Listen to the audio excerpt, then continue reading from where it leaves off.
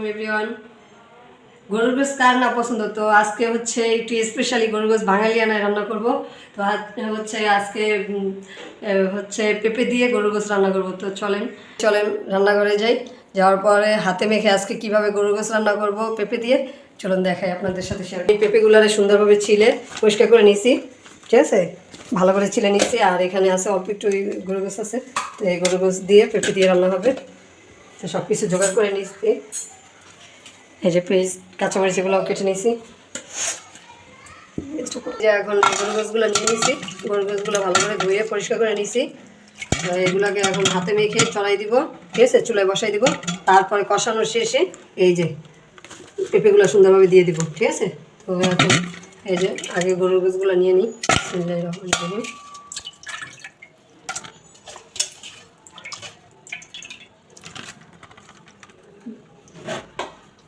পেঁয়াজ কাঁচামরিচগুলো দিয়ে দেবো।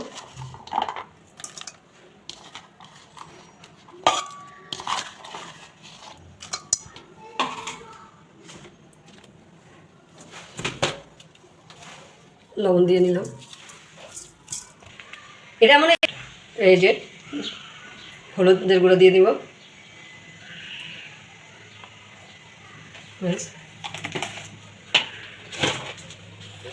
এখন মরিচের গুঁড়ো দিয়ে নিব। আমরা সাধারণত একটু ঝাল খাই, তাই একটু বেশি। এবার ধনিয়ার গুঁড়া দিব।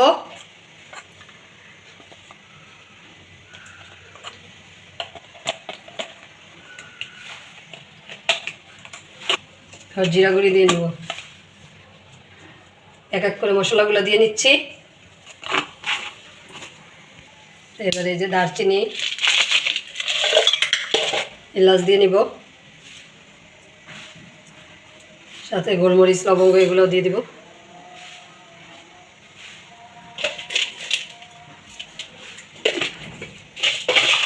সব শেষে হচ্ছে তেল দিয়ে দেব।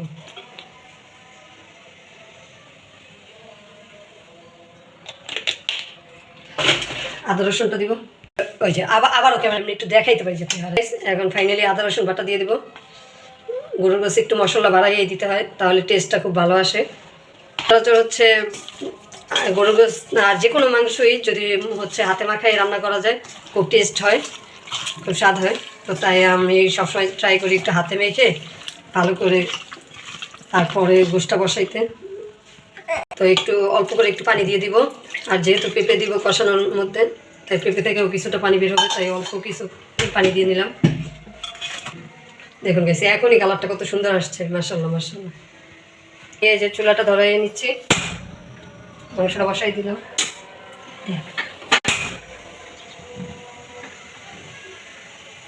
একটু জালটা বাড়াই দিই, এই তো প্রথম অবস্থায়। তো এই যে কষাইতে দিয়েছিলাম গোশটা, আস্তে আস্তে এই যে গোলক চলে আসছে, কালারটা কত দারুণ আসছে। 10-15 মিনিট কষাই নিবে, যেহেতু গরুর গোশ, তো ভালো করে কষাই নিয়ে তারপরে পেঁপেগুলো দিয়ে দিলে তাড়াতাড়ি সিদ্ধ হয়ে যাবে। আর তো কষানো হয়ে গেছে, এখন পেঁপেগুলো ফাইনালি দিয়ে দিব। এই যে ঝোলটাও শুকিয়ে আসতেছে, তার মানে কষানো হয়ে গেছে। এখন হচ্ছে গোশটা এই পেঁপেটা দিয়ে বাকি একটু কষিয়ে নিব, তারপরে ঝোল দিয়ে দেব। এই যে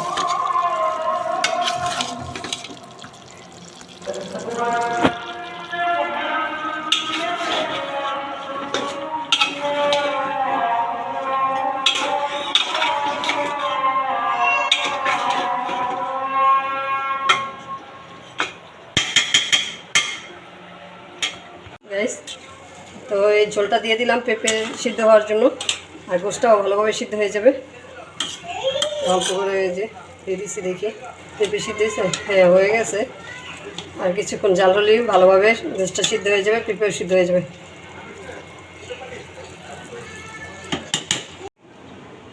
সো বন্ধুরা, এই যে আমার পেঁপে দিয়ে গরুর গোশ রান্না কমপ্লিট। তো এই যে মাশাআল্লাহ কালারটাও জোস আসছে, মাখা মাখা হয়েছে। তো আজকে রান্নাবান্না তো এখন শেষ, প্রায় ভাতও হয়ে গেছে, তরকারি রান্না শেষ। এখন কিছু থালা বাসন হয়েছে এটো, তো এগুলো আমি ভালো করে মেজে ফেলবো। ভেজে তারপরে দুপুরে খাবার পরিবেশনা করব। দুপুরে খাবারের আগে ভালো করে থালবাটি ধুয়ে নিই। রান্নাবান্না শেষেও থালাবাটি হয়ে যায় অনেকগুলো, এগুলো মেজে নিই।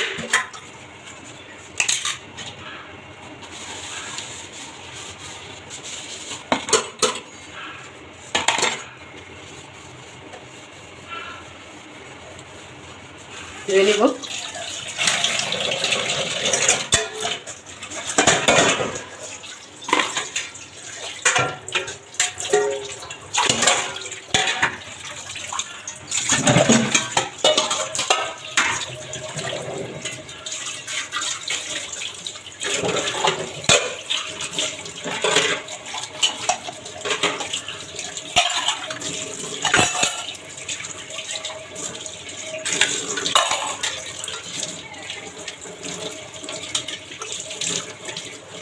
এবার দুপুরের খাবার দেবো, সবাই একত্রে দুপুরে খাবার খাবো। তো আজকে ভিডিওটা এই পর্যন্তই। আল্লাহ হাফেজ।